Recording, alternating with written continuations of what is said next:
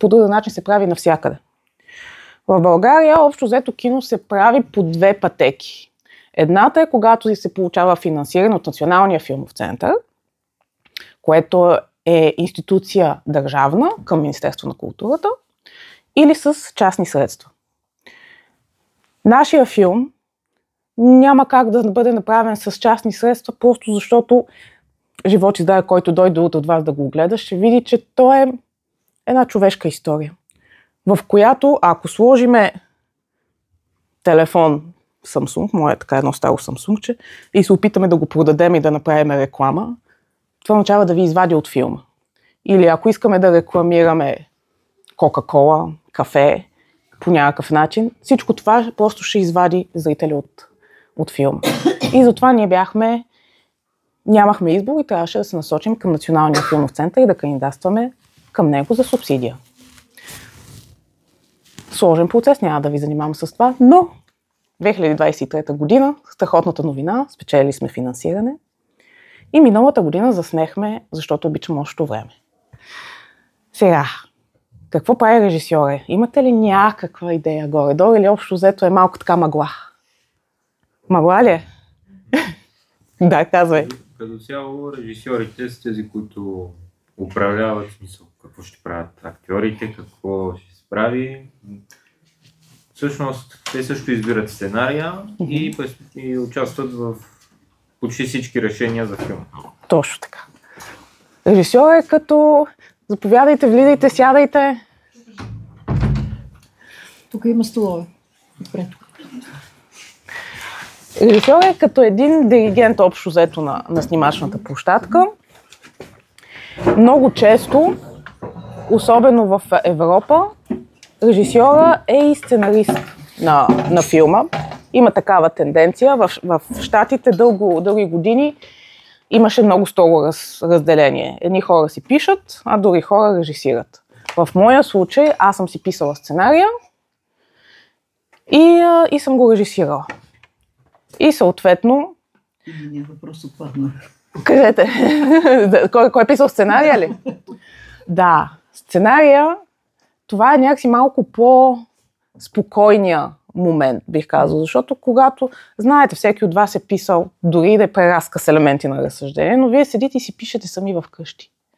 И няма някой, който да ви дърпа нагоре, надолу, вземи решение. Пишеш, твориш, на хартията можете да напишете абсолютно всичко, че излиташ в космоса, че отиваш и се разхождаш на Марс и всякакви такива неща. Това толкова е хубаво, защото абсолютно си отпускаш фантазията. Когато обаче пишеш за филм, както е в моя случай, ти знаеш, че имаш продуцент. Ти знаеш, че имаш пари, с които разполагаш. Да кажем, имаш 10 евро.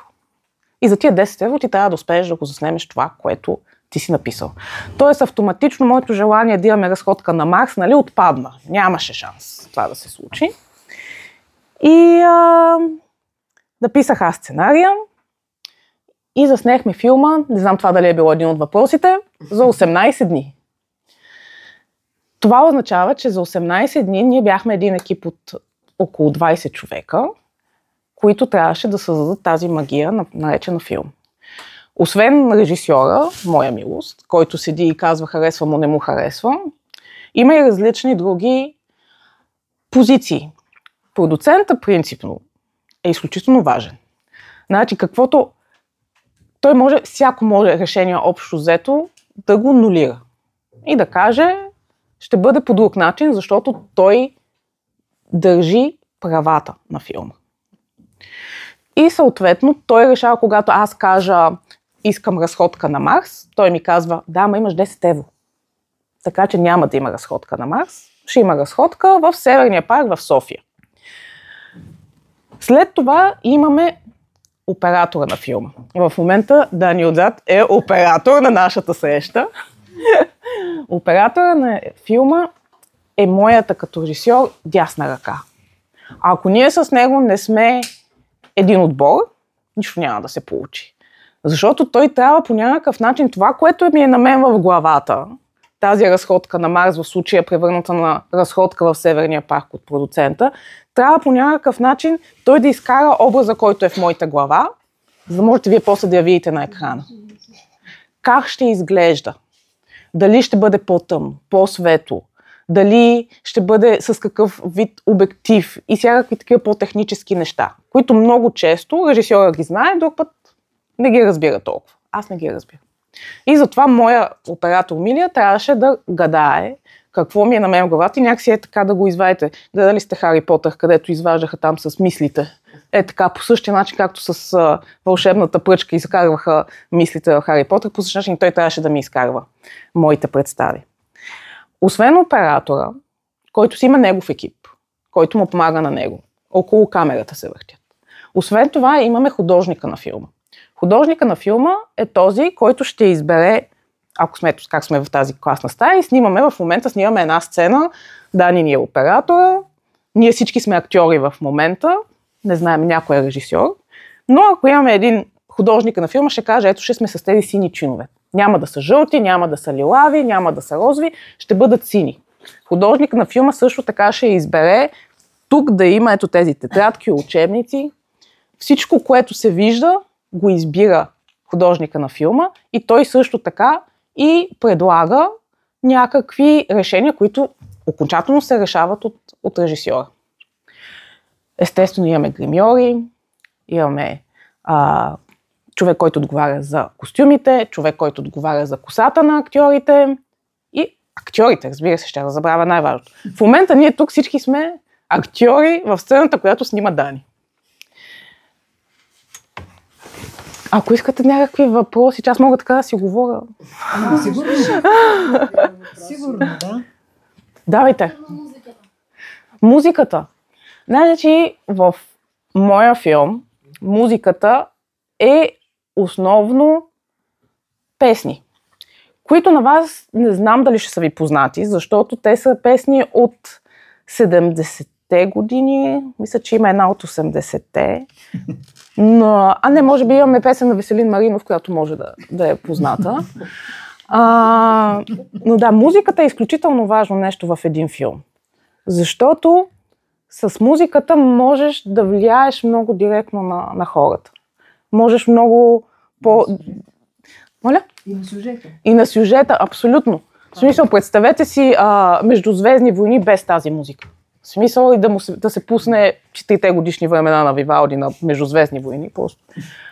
Изключително важно. Въпросът е, че някой път авторите на филма знаят музиката каква ще е от самото начало, а друг път тя се създава след като вече филма е заснет. Нещо друго за музиката? На моята музика автор е Борис Карадимчев. Да. Това не е много. Да, само две песни, да. Майя имаше някакъв въпрос. Да. Как избирате актьорите? Всеки режисьор работи по различен начин. Има режисьори, един мой приятел сега ще си снима неговия пълнометражен филм. Значи, той прави кастинг до дупка. Вика 10 актриси, избира 5 от тях. Вика 10 мъже актьори, от тях също избира 5. И понеже трябва да има двойка във филма, започва да ги комбинира по някакъв начин как седят пред камерата. Има някои режисьори, които работят с кастинг режисьор, което означава, че този кастинг режисьор, който е външен човек, им подбира различни предложения и ги представя на режисьора.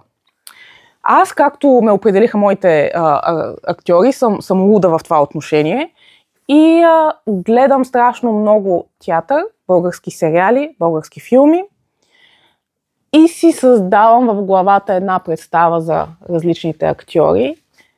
И общо взето, до сега в България не съм правила кастинг, в Корея съм правила малък, защото там просто нямах възможност да ги познавам. Но тук, конкретно защото обичам още време, отидох при Владимир Михайлов и при Минеда Спасова, които са в главните роли. И казах, имам един сценарий, искам да изиграете главните роли. Неда и до ден днешен разказва, че това е най-големия хубав шок в нейния живот, че до сега такова нещо не й се е случвало. Директно да й се предложи главна роля. Но това съм аз. Аз просто имам вътрешно усещане, че това са моите хора. И съм страшна късметлийка в това отношение, защото, особено за първи филм, това ти да не си спокоен с твоите актьори, те да не са ти зад гърба е страшно. Защото колкото и да ти за първи път имаш едни 100 страници сценарии, 90 минути минимум филм, който трябва да се получи. И ако твоите актьори не са плътно за теб и не ти вярват на тези решения, които ти взимаш, си за никъде. Дори от актьорите ми, Боряна Пунчева и Елени Декидис, ролите са писани почти за тях в моя случай. Аз имах тези образи в сценария, но те се променяха. Как изглеждат, каква възраст, какво настроение носят. И в един момент, когато се запознах с тях, и аз реших, че искам да работим заедно и промених някои неща, за да мога да изкарам най-доброто от тях като актриси. Друг, казвайте. Питайте. Всички разбраха ли, че утре ще се дава този филм тук? Разбрахте? Утре къде? В 3 часа, нали? В 3 часа студио Галонд.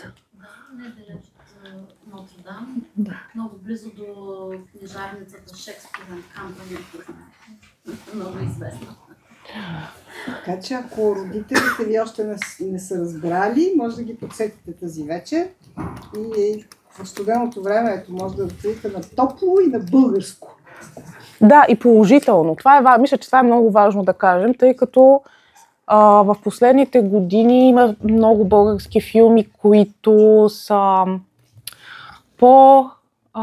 насочени към социалната критика на някои от сериозните проблеми в нашето общество. И са сиви, защото просто няма по друг начин, по който те да разкажат своите истории. Нашия филм е много светъл, мога да кажа. Син. И син, да, има и много зелено. Да, има много зелено. Човек, който прави цветните ни корекции, изпадна в устужа с това зелено, но няма значение. Аз се опитах да направя един филм, който мисля, че дори на вас ще ви е интересен. Въпреки, че филма започва бавно. Което означава, не знам, предполагам, че вие сте още по-в другата крайност и от мене, но аз все по-трудно ми е, когато започва нещо и не се гмурнем веднага в действието и не започнат веднага експлозиите и звездата на смъртта да избухне и така нататък, ми е много трудно. Особено когато не съм в киното. Когато съм пред телевизия, когато гледам Netflix и искам веднага, давай действието да върви. Може би затова сме свикнали заради TikTok, Instagram и така нататък. Обаче киното, когато си в залата, трябва да си изключиш телефона, което е много трудно. В смисъл, не знам вие как сте, аз имам чувство, че ако си изключа телефона и буквално, не знам, Америка ще остане без президент или нещо такова, просто зависи от моя телефон да е включен. Много е странно. При положение, че аз, както казахме, вече разбрахме колко съм стара, аз съм израснала, когато съм била на вашите години, телефони имаше само вкъщи. Стационарни. Да, стационарни. Да. И като бях първи клас в училище, имахме един телефон такъв уличен, т.е. в училище. Да. И аз бях толкова ниска, че ако исках да се обадя на мама с 5 стотинки и се повдигах така на пръсти, за да сложа 5 стотинки да й се обадя вкъщи. И не можеше да си загубиш телефона. Не можеше, да.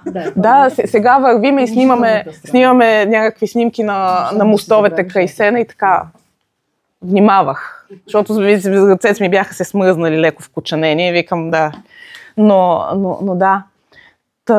Това е новото предизвикателствата пред киното днес. Вие просто, когато влезете в киното, да сложите поне да е на тих режим телефона и следващите около час и половина, 2 часа да се надявате, че няма щатите да останат без президент, че гаджето ще изтърпи, ако не му отговорите веднага, което знам, че е трагедия, разбирам. Но някак си да отидеш в един друг свят и да заживееш с тези герои, които са там, да почувстваш някакви неща. Много често в киното има неща, които не ги разбираме веднага. Защо постъпва така някой, какво се случва, обаче го чувстваме. Усещаме и предизвиква някакви емоции. И те са различни. Ето, може на нея да й хареса, на него да не му хареса. Може той да се смее, а той да плаче. Това е.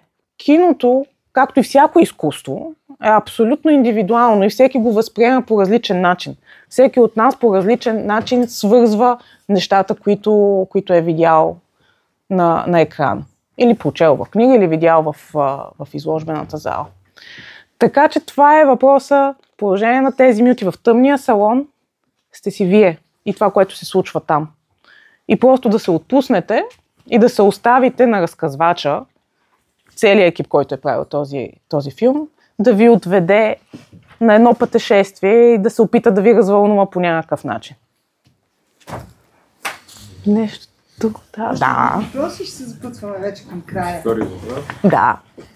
Какви сюжети обичате да пишете, да си по принцип какви жанрове, какви неща? Аз обичам да разказвам за неща, които са ни близки на всички нас. И за това всъщност, да, това обещах да ви кажа, защо говоря за години и така нататък и за сбъдване на мечти. Всеки от вас, предполагам, че в момента има нещо, което иска да направи. Иска дали иска да стане журналист, политик, кинозвезда, няма значение, каквото и да е. Не се знае как ще се развие живота ви, какво ще стане, на къде ще тръгнете. Ако обаче в един момент вие все още имате това желание да го направите, никога не е късно. Във всеки един момент ние можем да се огледаме и да излезем извън този коловоз, който си вървиме, който е много удобно. В смисъл, когато си потеглиме в една посока и сутринта ставаме в 7, в 8 отиваме на работа, в там 4,5-5 свършва работа, прибираме се вкъщи и така. Може да е много удобно и да е много трудно, но никога не е късно да го направим и да го променим.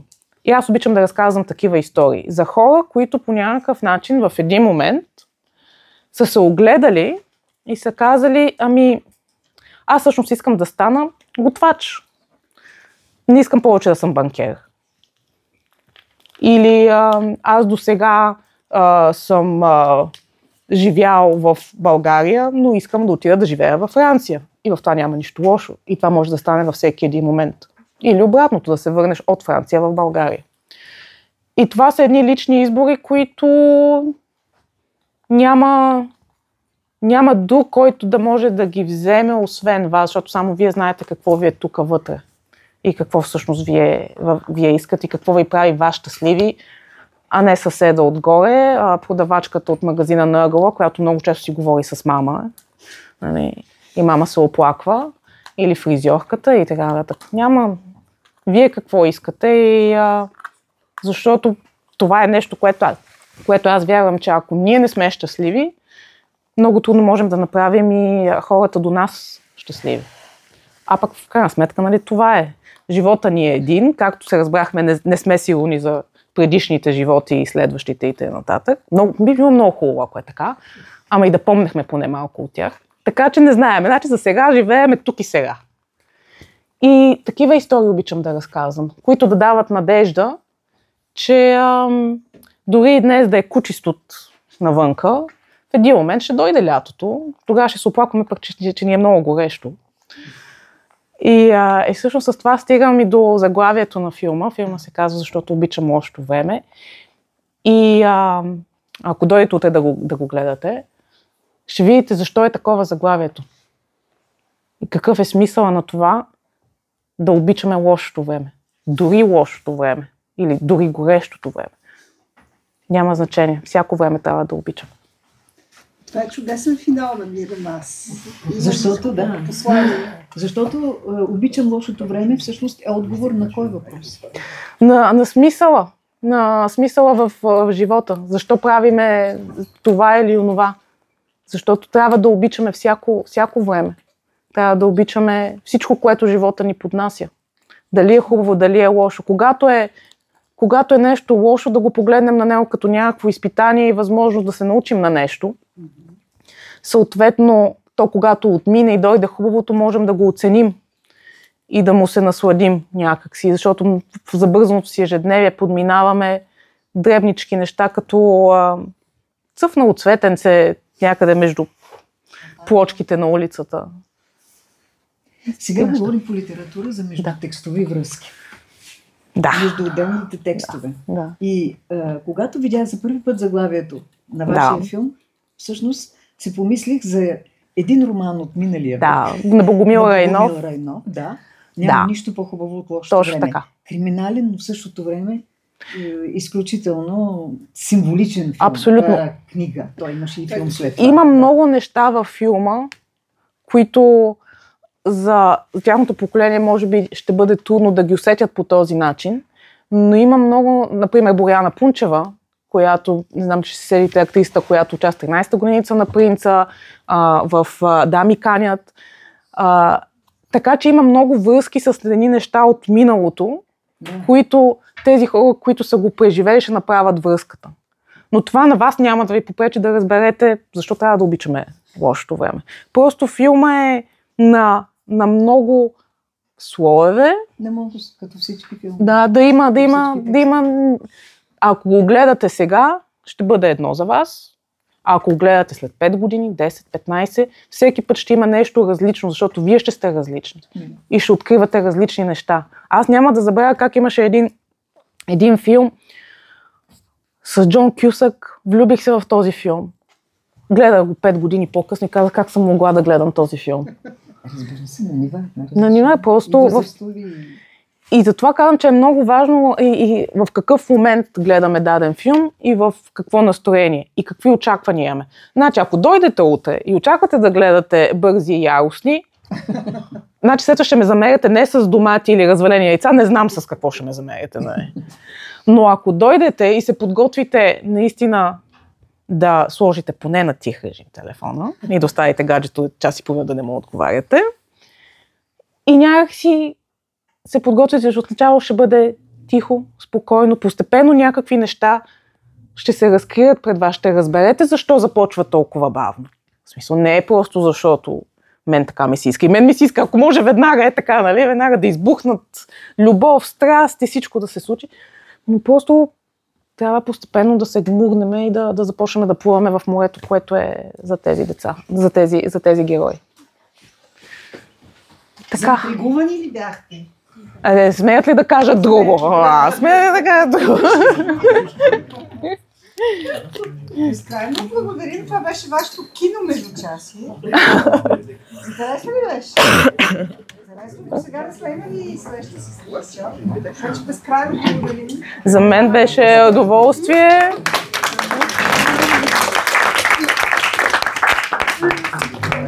Която ще ви очаква утре.